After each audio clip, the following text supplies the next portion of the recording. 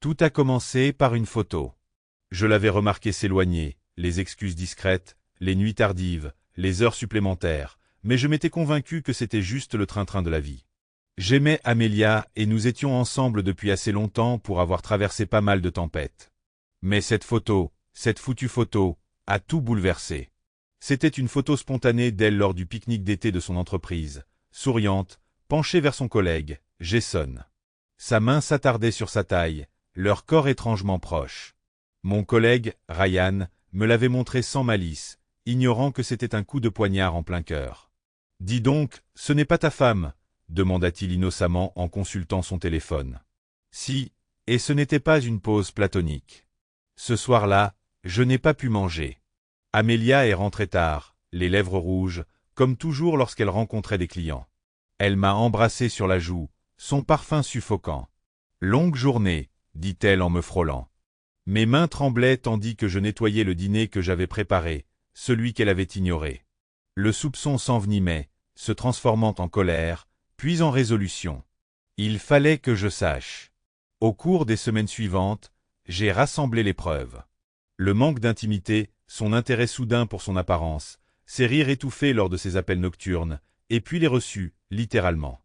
Une facture d'hôtel sur notre carte de crédit commune pour un hôtel-boutique à 2 heures de route, un jour où elle était en déplacement professionnel.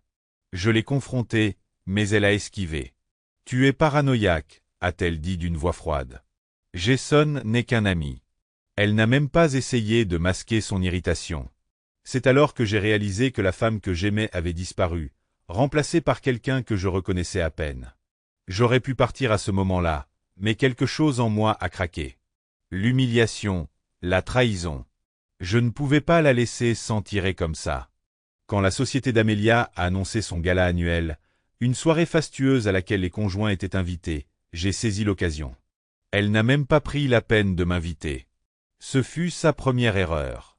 Sa deuxième erreur a été de me sous-estimer. Le soir du gala, j'ai revêtu un tailleur qu'elle avait choisi pour moi des années auparavant. C'était ironique, vraiment, qu'elle se soit souciée de mon apparence. Je suis entré dans la salle de bal de l'hôtel, l'incarnation même du calme. Pourtant, mon cœur battait la chamade. La pièce était toute en paillettes et en or, remplie de gens trinquant et échangeant des banalités creuses. Amélia se tenait près du centre, radieuse dans sa robe rouge, riant d'une remarque de Jason. Sa main se posa sur son dos, possessive. Je ressentis une vague de nausée, mais je la réprimai. Ce n'était pas le moment de faiblir. Je m'approchai d'eux lentement, capturant des bribes de leur conversation. Le sourire arrogant de Jason s'évanouit en me voyant.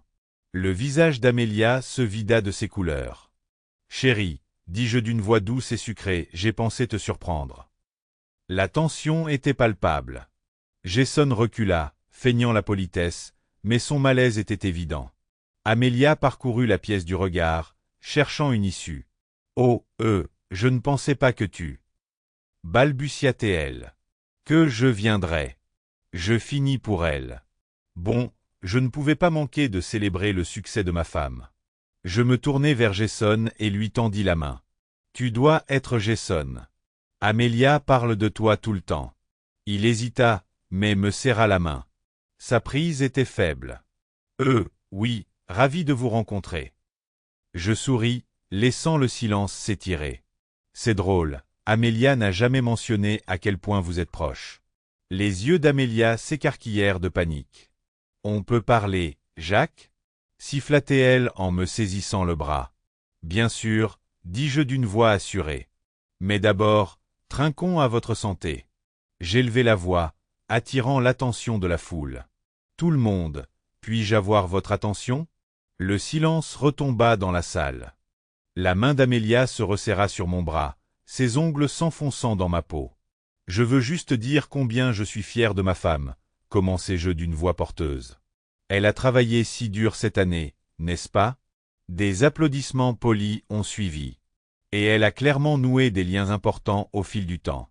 J'ai jeté un regard appuyé à Jason. Des murmures parcoururent la foule. La patronne d'Amélia, une femme austère nommée Margaret, fronça les sourcils, son regard passant de l'un à l'autre. « Jacques, arrête !» murmura Amélia d'une voix suppliante. Mais je n'avais pas fini. J'ai sorti mon téléphone et projeté une image sur le grand écran derrière la scène. C'était une photo d'Amelia et Jason, lèvres serrées devant l'auberge. Des hoquets de surprise éclatèrent. Jason devint rouge, la mâchoire serrée. Amelia semblait vouloir être engloutie. Désolé d'interrompre les festivités, dis-je, mais je pensais que la transparence était importante, surtout qu'Amelia et Jason semblaient entretenir une relation très collaborative. Margaret fronça les sourcils. Les collègues de Jason chuchotèrent furieusement. L'humiliation se lisait sur son visage.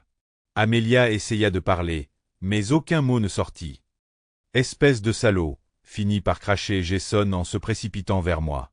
Deux autres hommes le retenaient tandis que je restais sur mes positions, l'air calme. « Vous ruinez sa carrière. »« Oh, je crois que vous l'avez fait vous-même, » ai-je répondu d'une voix glaciale. « Mais continuez, s'il vous plaît. Voyons jusqu'où vous irez. » Margaret s'avança, le visage marqué par la fureur. « Jason. Amelia. Mon bureau. Maintenant. » Ils se précipitèrent à sa poursuite comme des enfants punis.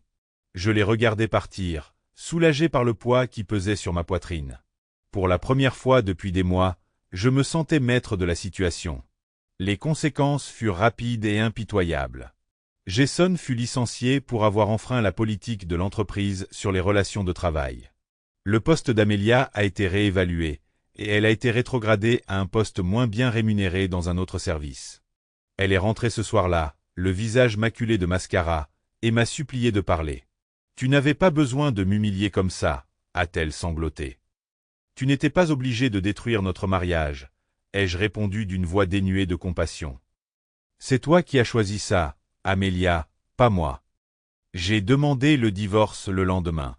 Elle s'est battue contre moi sur tout, la maison, les économies, même notre chien. Mais j'avais un avocat aussi acharné que moi, et au final, elle s'en est sortie avec à peine plus que ses vêtements. Un an s'est écoulé depuis cette nuit-là. J'ai déménagé dans une nouvelle ville, commencé un nouvel emploi et même adopté un chiot. Amelia a essayé de me contacter une fois, m'envoyant un long email d'excuses. Je n'ai pas répondu. Certaines blessures sont mieux gardées intactes. Quant à Jason, aux dernières nouvelles, il était retourné vivre chez ses parents, sa carrière en ruine. Une justice poétique, à mon avis. Avec le recul, je ne suis pas fier du désordre que ça a pu engendrer, mais je suis contente d'avoir su me défendre. La vie est trop courte pour laisser une trahison sans réponse. Et maintenant, assise là, à regarder mon chiot courir après sa queue, je me sens enfin en paix.